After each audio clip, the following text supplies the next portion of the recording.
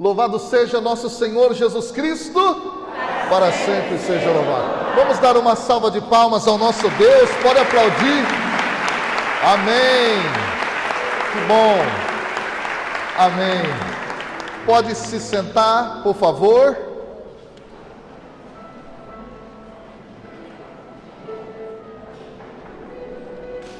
Isso.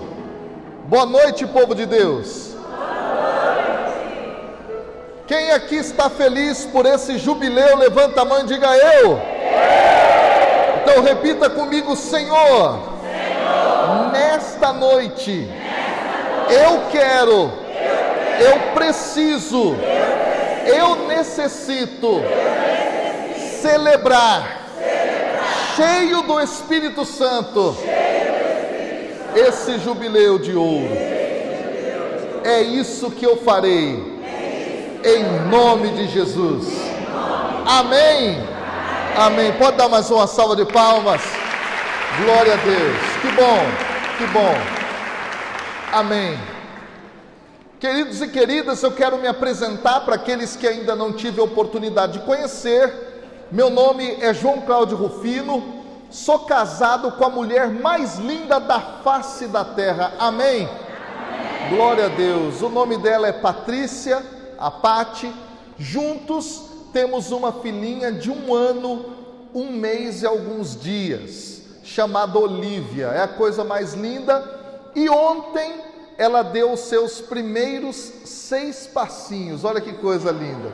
É uma alegria, não é? Ser pai, ser mãe é uma bênção de Deus. Moramos na cidade de São Paulo, onde eu participo com a minha esposa e minha filha de um grupo de oração chamado Caris, que acontece todas as terças-feiras na Arquidiocese de São Paulo.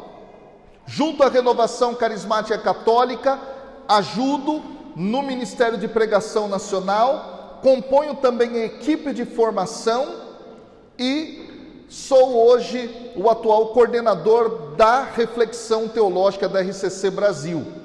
Parte por conta, claro, do chamado, mas também pelo fato de que Deus me chamou a ser professor. Sou professor na Faculdade de Teologia, na PUC de São Paulo, dou aula na área bíblica, Antigo, Novo Testamento, grego, hebraico, história de Israel, evangelhos e assim por diante, formando os futuros padres da Arquidiocese de São Paulo e de várias dioceses e congregações ao redor. E eu quero dizer que é uma alegria muito grande poder estar aqui com vocês nessa diocese, celebrando 50 anos. Para mim é uma honra poder estar aqui nesse aniversário da Renovação Carismática, nessa região toda. É uma alegria. E eu tenho certeza absoluta e plena que Deus vai falar ao nosso coração. E a palavra que Deus traz para a nossa vida no dia de hoje é um mandato, é uma ordem que está presente, e eu quero que você abra sua Bíblia aí comigo, lá no Evangelho de Lucas, capítulo 9, a partir do versículo 1. Evangelho de Lucas, capítulo 9, a partir do versículo 1. Lucas, capítulo 9, a partir do versículo 1. Vamos lá, meu povo. Lucas, capítulo 9, a partir do versículo 1. Lucas é o terceiro evangelho na sequência. Primeiro é Mateus, depois Marcos, depois Lucas. Amém? Amém. Acharam aí, sim ou não? Sim. Eu vou ler aqui na tradução que eu tenho em mãos, você acompanha na tradução que você tem aí. Diz assim o Evangelho: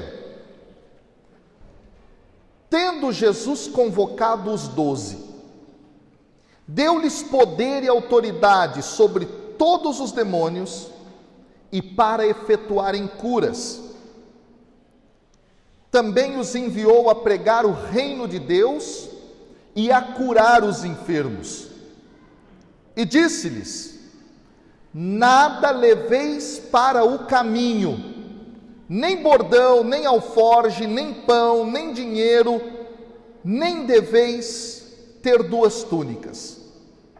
Na casa em que entrardes, ali permanecei, e dali saireis.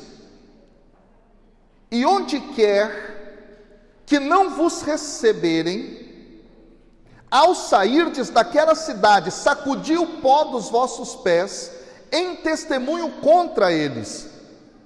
Então, saindo, percorriam todas as aldeias, anunciando o evangelho e efetuando curas por toda parte. Vamos dar uma salva de palmas à palavra de Deus?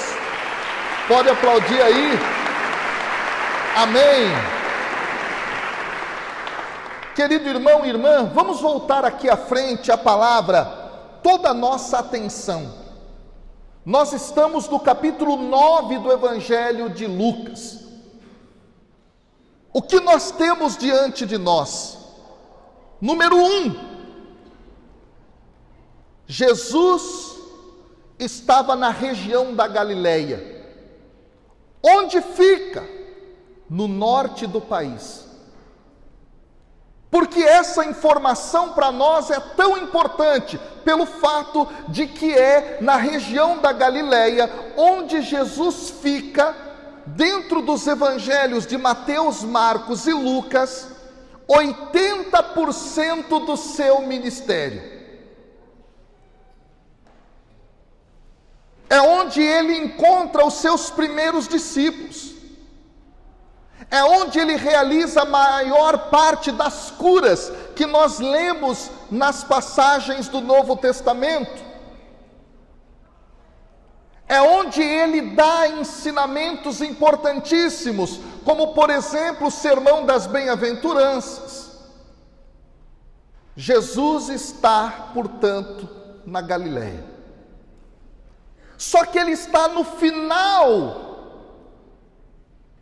desse bloco da Galileia, porque logo no final do capítulo 9, ele decide ir até Jerusalém, porque lá, de acordo com o capítulo 9, versículo 51, Jesus precisava dar a sua vida na cruz.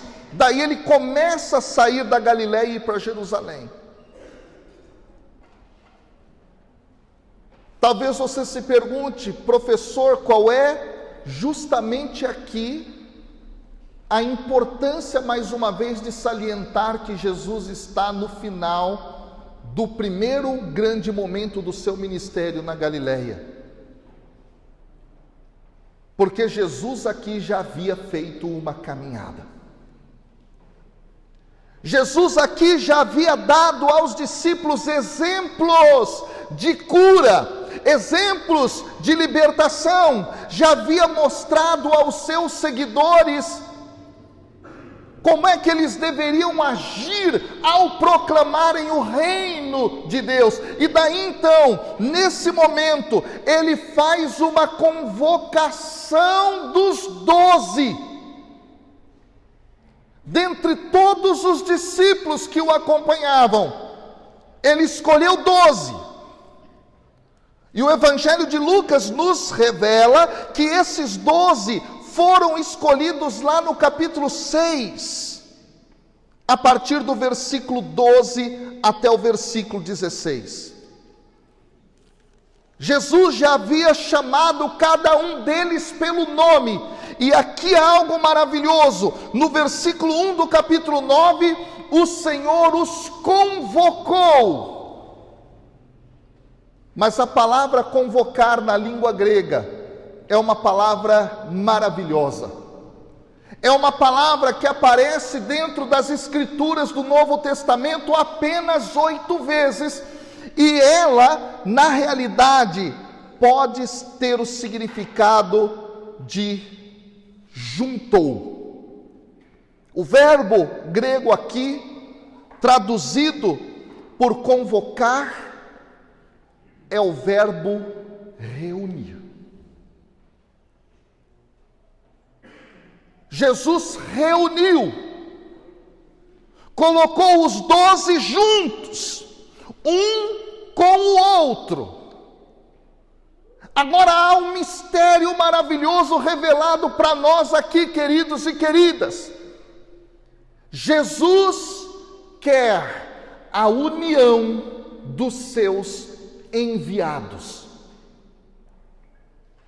A grande primeira lição desse texto é: o Senhor nos quer em missão, mas Ele quer que nós estejamos unidos para a missão. E nesses 50 anos de renovação carismática católica dentro desta diocese, quantas e quantas e quantas e quantas vezes nessas 5 décadas foram vividas desuniões, dissensões, brigas, separações e pessoas que se foram. O Senhor está dizendo: para que a missão se realize, para que vocês sejam enviados, necessário é que vocês estejam unidos.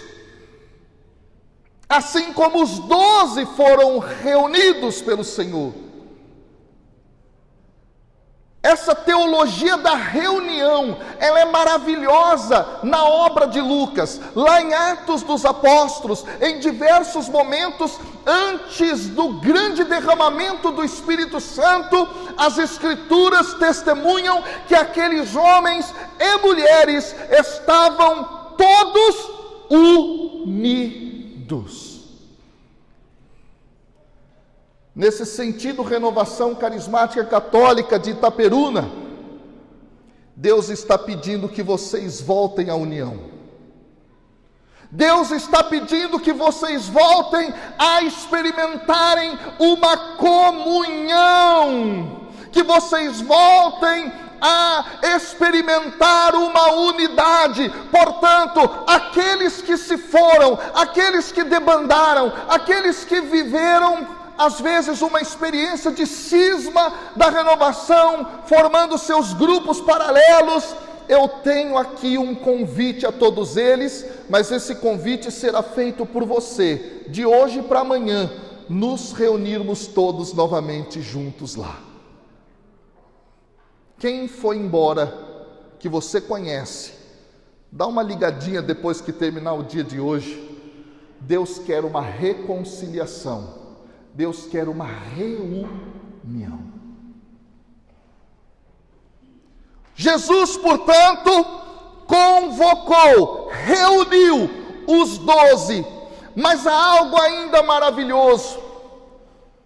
O Senhor, diz o texto, conferiu poder e autoridade a estes homens, que representam aqui a igreja de Deus.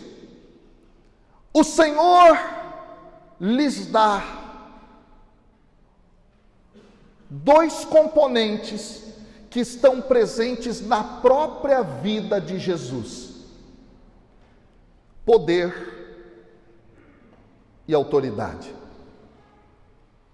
A palavra poder na língua grega aqui é a palavra dinamis. Repita comigo: dinamis.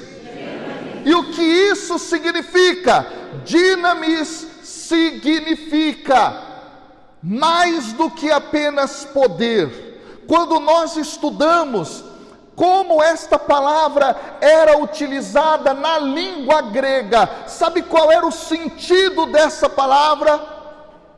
Tratava-se de um conceito fundamental para os gregos antigos, para os falantes dessa língua.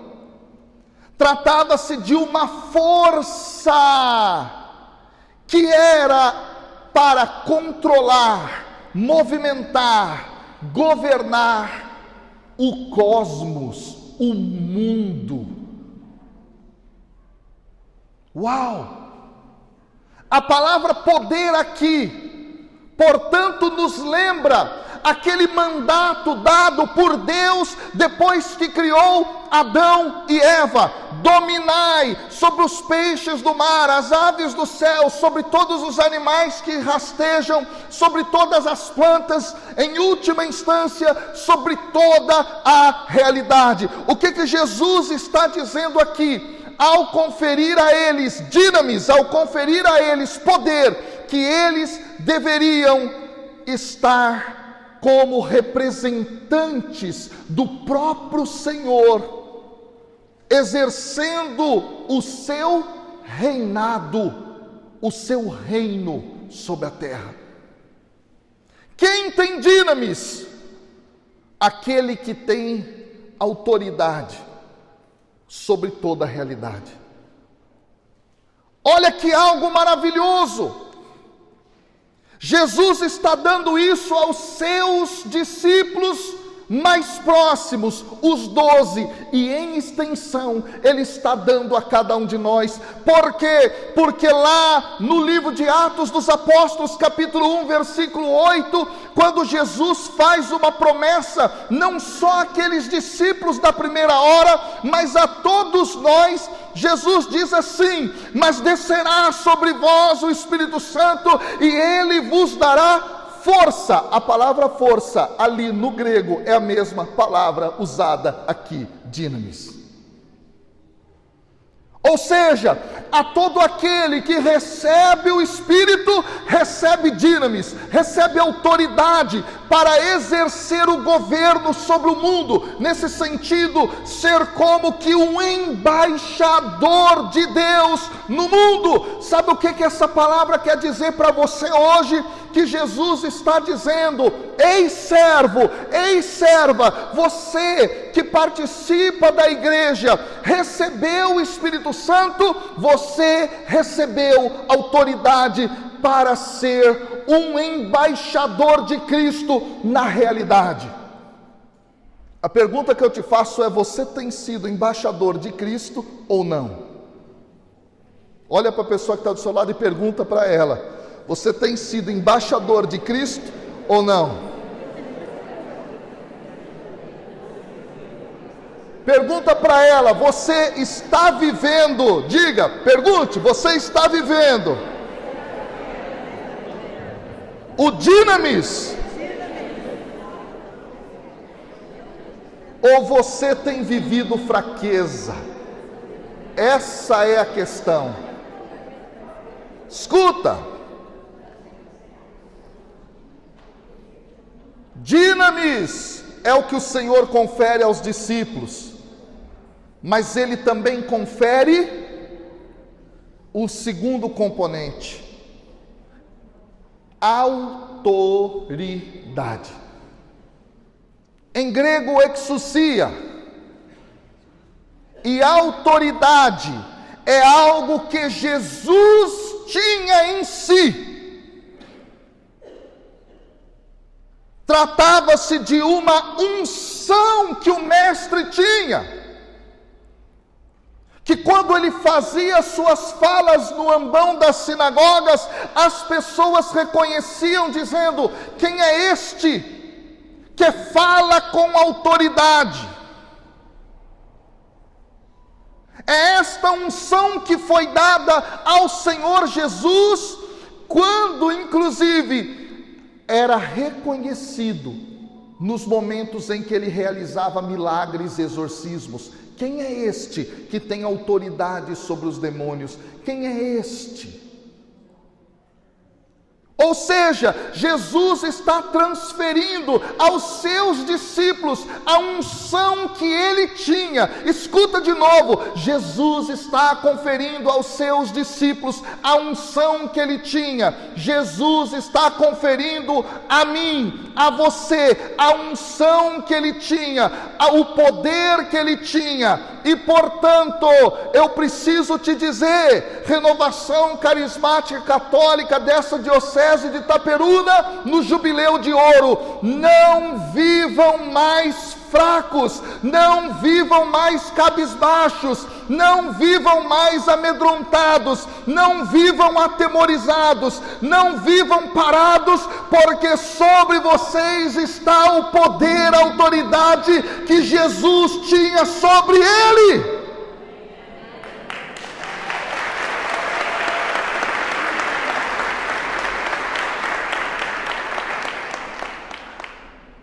Com autoridade Jesus curava, com autoridade expulsava demônios, com autoridade dava ordem aos discípulos, com autoridade ele ensinava as escrituras, com autoridade ele vivia o reino de Deus. Então, renovação carismática, chega de se fazer de coitada.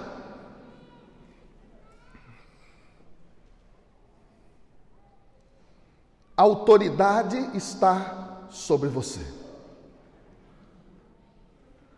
E aí é interessante que o texto diz, só depois que ele conferiu autoridade, no versículo 2 diz, também os enviou. Ou seja, para a missão que você tem para realizar, primeiro você recebe poder e autoridade, para depois começar. Essa é a grande pedagogia de Deus. Olhemos, pois, aquilo que está presente em Atos dos Apóstolos, parte da obra do Evangelho de Lucas, a obra lucana.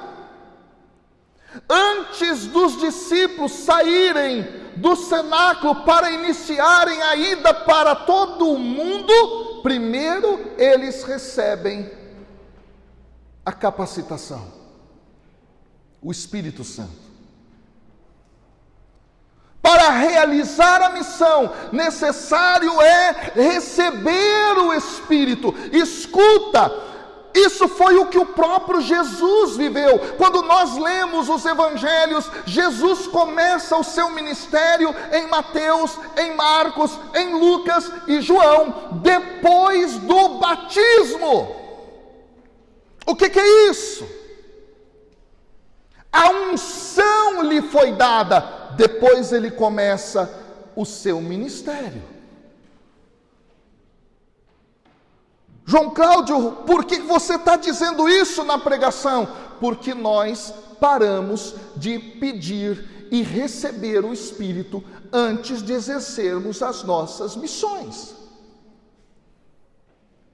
Nós estamos fazendo o processo de uma evangelização sem antes novamente pedir o Espírito, sermos capacitados pelo Espírito. Por quê? Porque, claro, depois de 50 anos, nós já nos acostumamos a pegar o microfone, nós já nos acostumamos a tocar instrumentos, nós já nos acostumamos com a oratória da pregação, nós já nos acostumamos com a forma do grupo de oração, nós já nos acostumamos e já teoricamente saberíamos fazer tudo aquilo que é o processo do grupo, e paramos de pedir o Espírito para cada nova missão, para cada nova realização, para cada novo ato evangelístico. O que isto significa? Renovação carismática de Itaperuna, chegou a hora de voltar primeiro ao cenáculo, para depois sair dele e evangelizar. Nunca se esquecer, diante de qualquer realidade, primeiro se capacitar, receber do Espírito e depois sim evangelizar.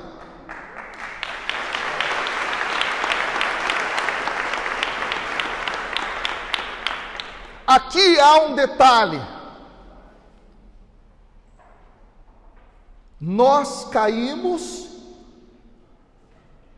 no erro de inverter processos.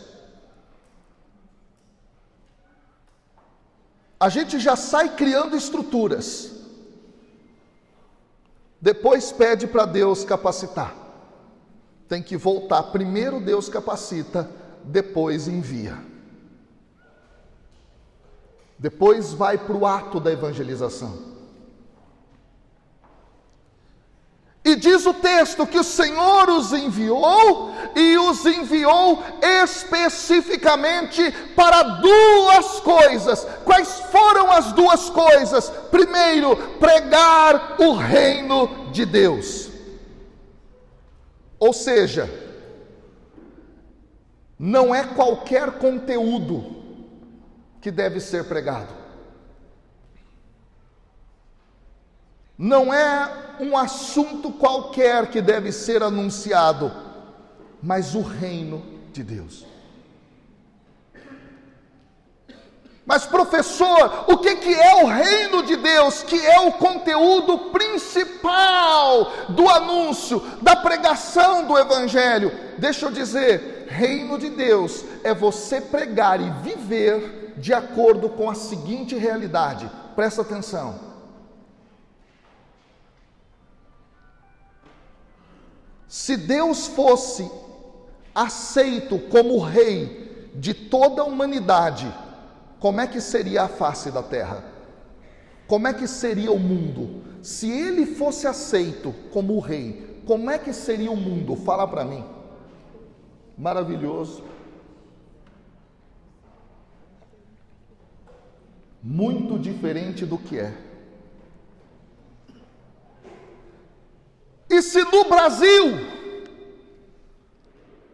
toda a população aceitasse Jesus como rei, como é que seria o Brasil? Maravilhoso. E se o estado do Rio de Janeiro inteiro reconhecesse Jesus como rei, como é que seria o estado do Rio? E a diocese de Itaperuna? E o seu grupo de oração? E a sua vida? Viver e pregar o reino é buscar que todos o aceitem na sua vida como grande parâmetro, colocando Deus como o seu rei. Só que há algo maravilhoso. No nosso batismo, nós somos decretados como sacerdotes, profetas e rei. Ou seja, no hoje da história, a partir do batismo, nós somos chamados a vivermos com atos concretos e palavras a transformação do mundo no reino de Deus. Então não é qualquer coisa a missão. Olha só o tamanho da sua missão. A sua missão, a minha missão, a nossa missão é viver o reino de Deus no máximo que pudermos no hoje da história. É isso que nos ensina o documento da igreja chamado Apostólica Nactuositatem, que fala a respeito da missão dos leigos, da missão dos batizados. É viver o reino de Deus na dimensão política, é viver o reino de Deus na dimensão econômica, é viver o reino de Deus na dimensão educacional, pedagógica, é viver o reino de Deus no âmbito jurídico, é viver o reino de Deus em todas as esferas da sociedade. Ou seja, não é qualquer missão, não é pregar qualquer coisa, mas é o reino de Deus.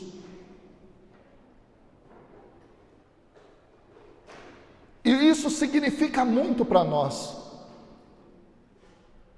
porque muitas vezes as nossas pregações, nos nossos grupos de oração, elas só servem para fazer com que a gente engorde o grupo de oração, mas não que as pessoas saiam do grupo para viver o reino de Deus lá fora. Então a gente faz pregação para quê? Para encher grupo de oração, para fazer com que as pessoas todas as semanas se sentem nos bancos das nossas igrejas ou salões, onde nós fazemos o nosso processo semanal de encontro, de oração, a reunião de oração e acabou. Não, deixa eu dizer, o grupo de oração deve estar alinhado com a ordem de Jesus, e a ordem de Jesus é: preguem o reino, e o reino ultrapassa os muros dos nossos templos, dos nossos salões. E extrapolam o tempo das nossas reuniões. O reino de Deus é para ser vivido no mundo. Renovação carismática de 50 anos de idade tem que amadurecer, e a gente tem que voltar a influenciar a sociedade.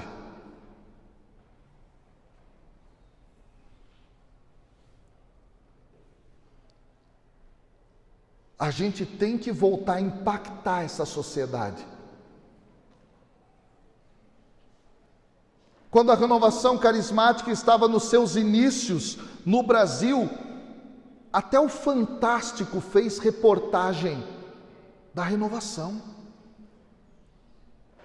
Será que nós seríamos pauta de reportagem do Fantástico hoje?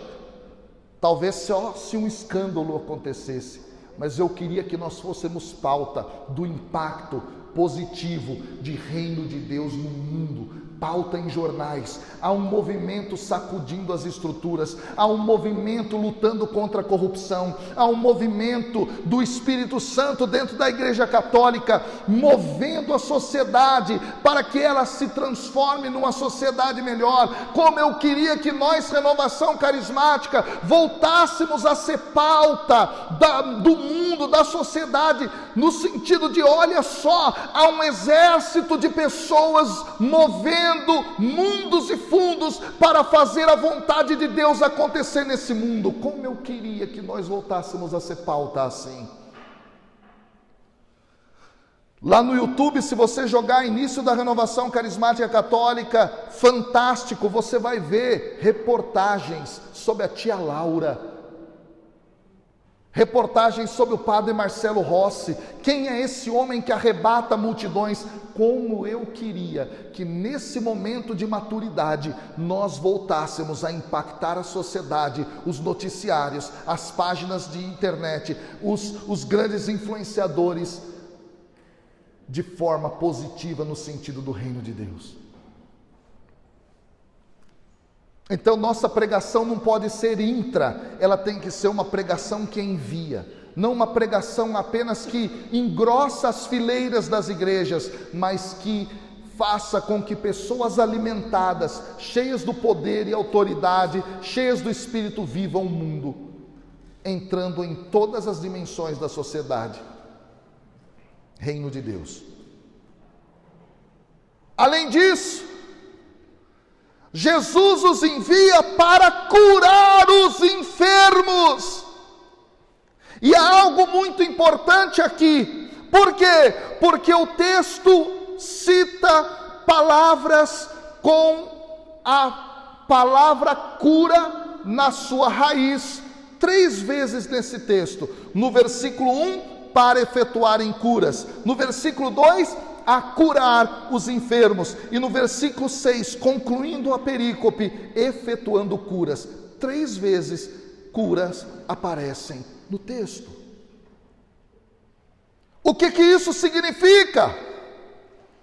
Cura é uma manifestação dos carismas do Espírito. Quando Jesus envia para pregar o reino de Deus, Ele também envia no poder do Espírito com as manifestações carismáticas. Meu irmão, há quantos anos você não vê cura no seu grupo de oração? Há quantos anos você não vê cura acontecendo como manifestação do poder de Deus? É isso que nós precisamos entender. Não é apenas pregar o reino, viver o reino, mas manifestar esse reino mediante os dons, os carismas do Espírito. Voltar a viver os dons do Espírito, voltar a viver a cura, voltar a viver as libertações, voltar a viver as profecias, voltar a viver a palavra de ciência, voltar a viver as palavras de sabedoria, voltar a viver o processo real e concreto dos dons do Espírito.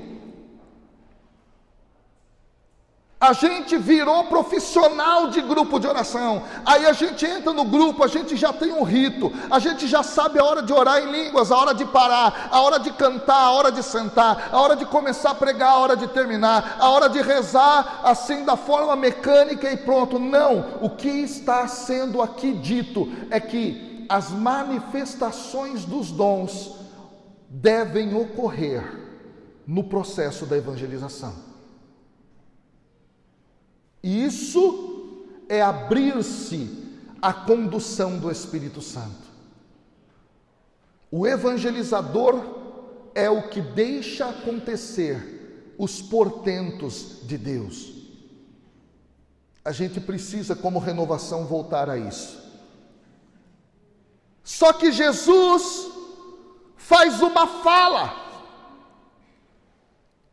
Até aqui foi o narrador do texto que nos trouxe essas informações. A fala de Jesus é maravilhosa no versículo 3, no versículo 4 e no versículo 5. E o que Jesus ensina nesses 3 versículos? Como é que nós devemos proceder ao sermos enviados em missão? Pergunta para o seu irmão, o que Jesus ensina? Pergunta para ele aí. Quando você é enviado em missão. Quer ouvir? Quem está preparado para ouvir agora, levanta a mão e diga eu. Está preparado mesmo ou não? Então se segura na cadeira.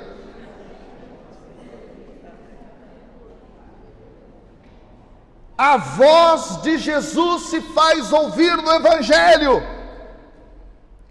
Nada leveis para o caminho. Nem bordão, nem alforje, nem pão, nem dinheiro. Nem deveis ter 2 túnicas. O que Jesus está dizendo? Quando nós somos enviados em missão, nós não devemos confiar nas nossas próprias forças.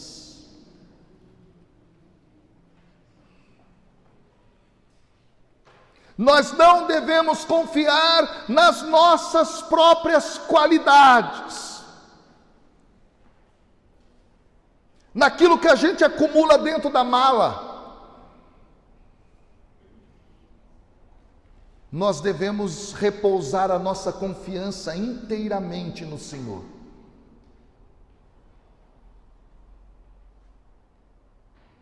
Rufino, o que você está querendo dizer?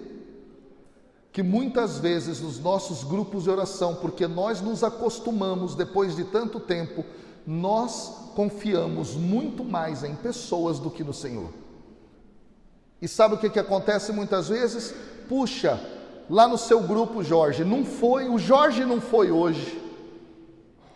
E se o Jorge não foi, então o grupo não vai acontecer direito. Se o peixinho não for, e agora? Aí acabou, então hoje não tem unção, porque o peixinho não está lá. A Marina não foi, então peraí, então o grupo hoje vai ser capenga, meu irmão. Vamos parar de confiar em pessoas e vamos repousar a nossa confiança no Senhor e afirmar, Ele é quem faz, Ele é quem realiza, é Ele quem tem o poder.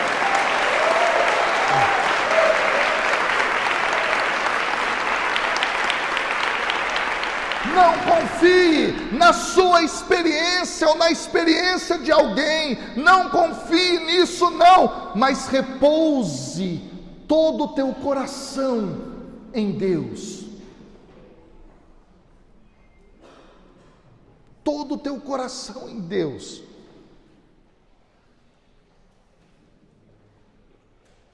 A gente precisa voltar a fazer isso.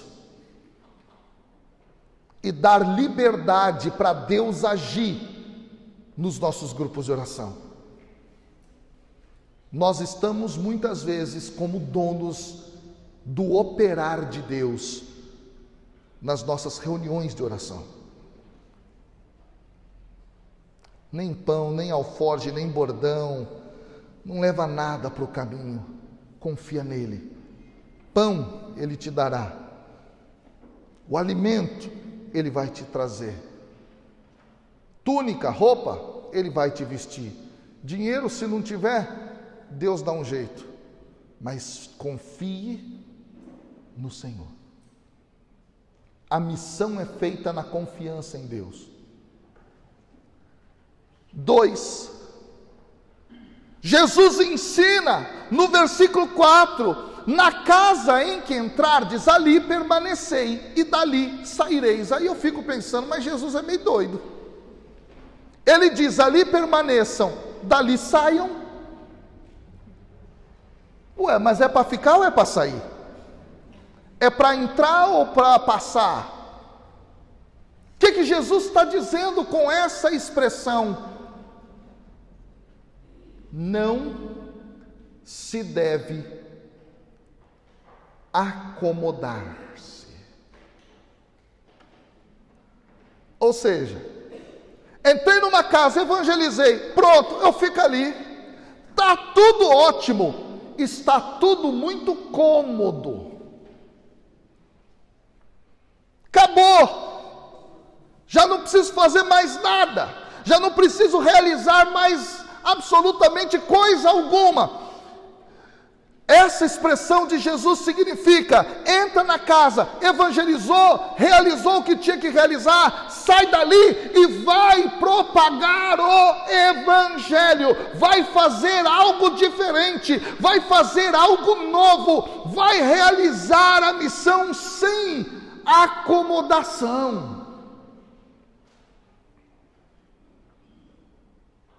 Isso aqui fala muito a nós, Renovação. Nós fomos lá, entramos numa casa chamada paróquia, aí fizemos a nossa estrutura lá, peixinho, organizamos o grupo, está tudo certo, o grupo está funcionando, pronto, acabou. É isso? O que Jesus está fazendo?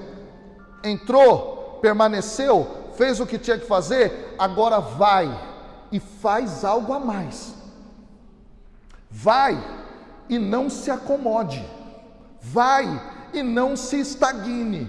Vai e não pause a missão, não pause a obra, não pare de fazer o que deve ser feito.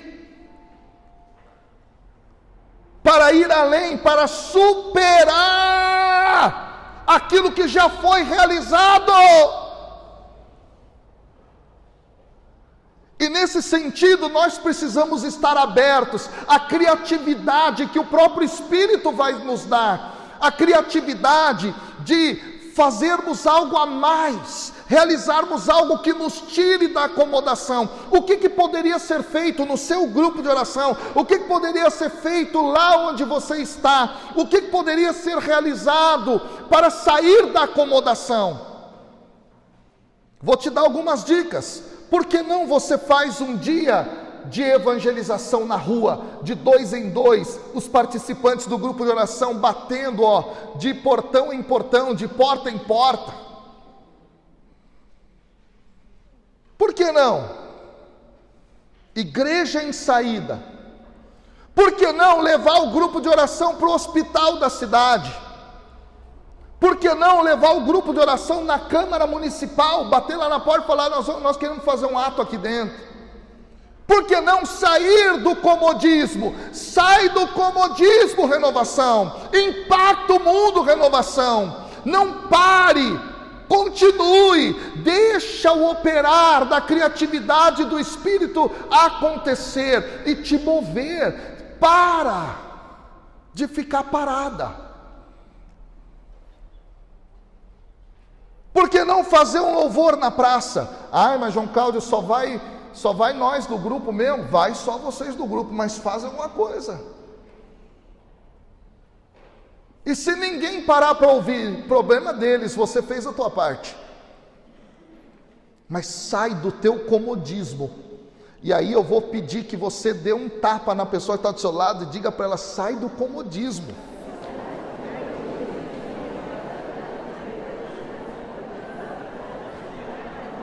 Está muito fácil, né, gente? Só ir para a igreja uma vez por semana, tranquilão, depois participar da reunião ali, do núcleo, acabou. Sai do comodismo. Levanta, sacode a poeira, dá a volta por cima. Chegou a hora. Terceira coisa que Jesus ensina sobre o processo da evangelização. Jesus diz assim no versículo 5. Eu gosto demais de Jesus, meu Deus do céu. Eu gosto tanto que eu o amo. Eu gosto tanto que eu o amo e o adoro. Eu gosto tanto que eu o amo, o adoro e procuro viver o que ele está dizendo. Aonde quer, diz o Senhor, que não vos receberem, ao sairdes daquela cidade, olha como Jesus é seguro de si. Sacudi o pó de vossos pés em testemunho contra eles. Ou seja, o discípulo não deve temer a rejeição. Ai, mas eu vou fazer um evento lá no meu grupo de oração para fazer algo que me tira do comodismo. E se ninguém for? Se ninguém for, o problema é de quem não foi. Sacode a poeira. Ué. Eu vou tentar fazer alguma coisa aqui, e se não encher a igreja, se não encheu, não encheu, mas você fez a tua parte. Discípulo não pode temer rejeição. Quanta gente está travada na evangelização porque teme os outros o rejeitarem. Coitadinho dele, coitadinha dela. Jesus já está dizendo, se não aceitar, não aceitou, mas você fez a tua parte. E agora eu quero extrapolar aqui, não só para a realidade do grupo de oração, mas vem cá comigo, para a realidade da sua vida. Quem aqui é discípulo do Senhor? Levanta a mão. Pode levantar a mão. Olha bem para a cara da pessoa que levantou a mão, para você depois dar uma cobrada nela. Ok?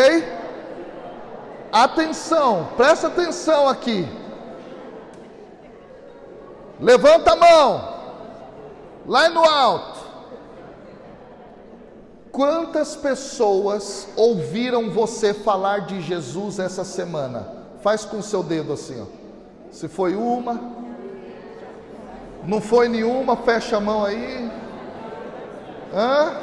É? Eu espero que ninguém esteja mentindo aqui. Sabe o que eu queria colocar de meta na sua vida? Todos os dias, sem temer rejeição, fala de Jesus para as pessoas.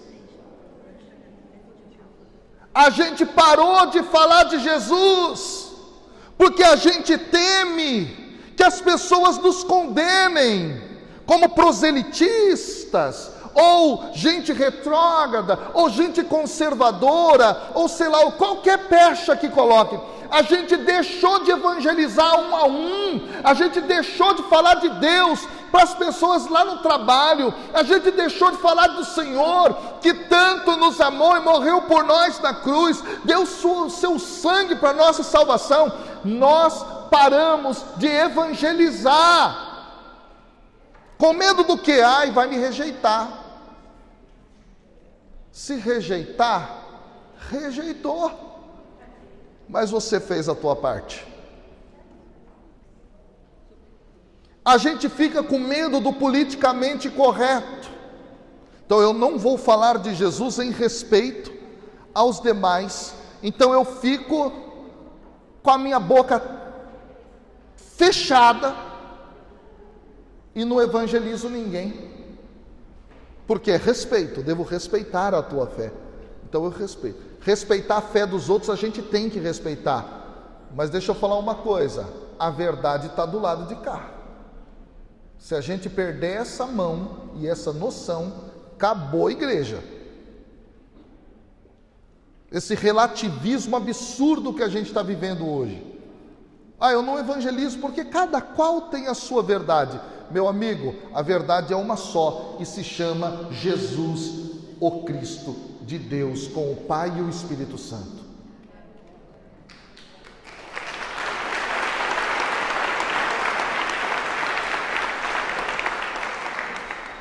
Você está preparado para falar de Jesus, pelo menos para uma pessoa a cada dia na sua vida? Tem gente que ficou assim no banco, ó. Está com medo de rejeição.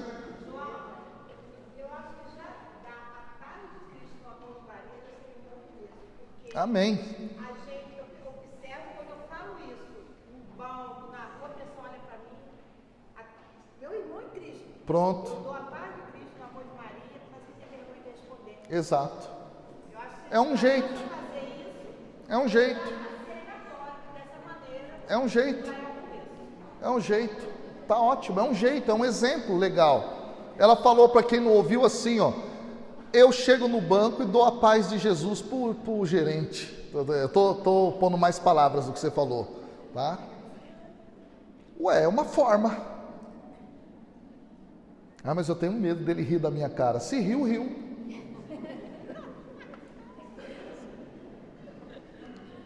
Só que a gente não pode deixar de falar de Jesus.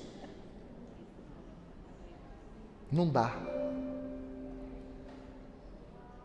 A gente, como renovação carismática, parou de falar de Jesus. Parou de evangelizar. E parou no dia a dia, não é só no grupo de oração, é no dia a dia. Medo do que os outros vão pensar. Para evangelizar não pode ter medo de rejeição. Não pode ter. Faz a tua parte. Se o outro não aceitar, levanta, sacode a poeira e dá a volta por cima. O texto é maravilhoso. Ele termina no versículo 6 assim: então, saindo, percorriam todas as aldeias, anunciando o evangelho, efetuando curas por toda a parte. Sabe o que essa última parte do texto de hoje aqui nos ensina? O verdadeiro discípulo vive a frase: missão dada, missão cumprida.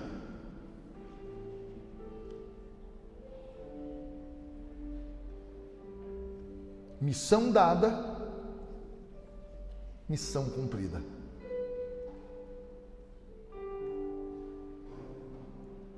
Será que a gente pode dizer isso na nossa vida? Olhando para Jesus, missão dada, missão cumprida.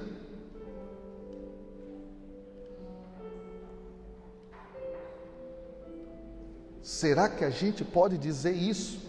Olhando nos olhos do Mestre, missão dada, missão cumprida. Eu evangelizei, eu evangelizo, eu falo do reino, eu vivo o reino, eu proclamo a palavra de Deus para as pessoas, eu falo de Jesus para elas. Será que a gente pode dizer missão dada, missão cumprida? O resultado dessa missão é maravilhoso. O resultado é fantástico.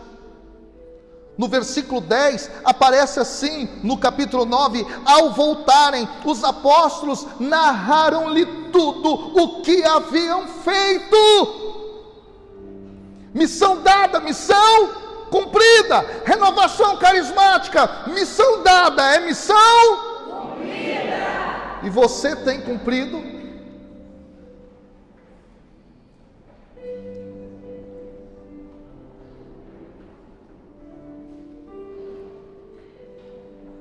Hoje o Senhor quer um reavivamento aqui.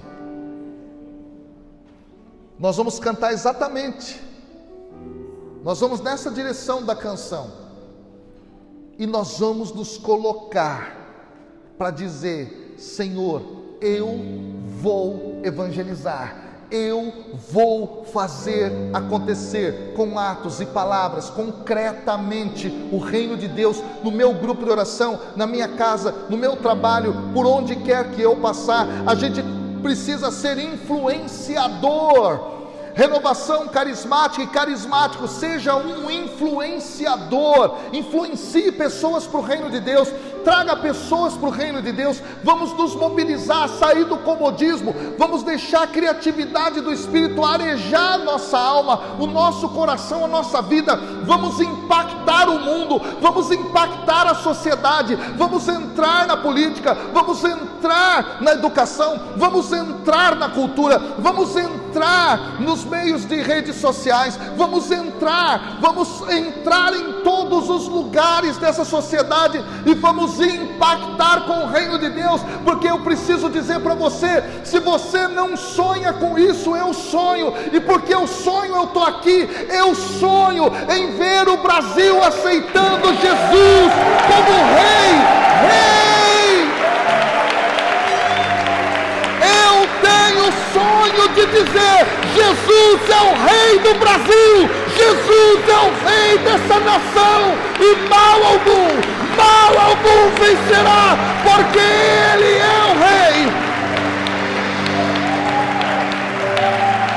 Vamos sonhar junto, fica de pé, renovação, fica de pé, e vamos cantar com todo o nosso coração, com toda a nossa vida. Erga teus braços, vai, erga teus braços e vamos cantar com o ministério aquilo que Deus lhes inspirou. Força, força!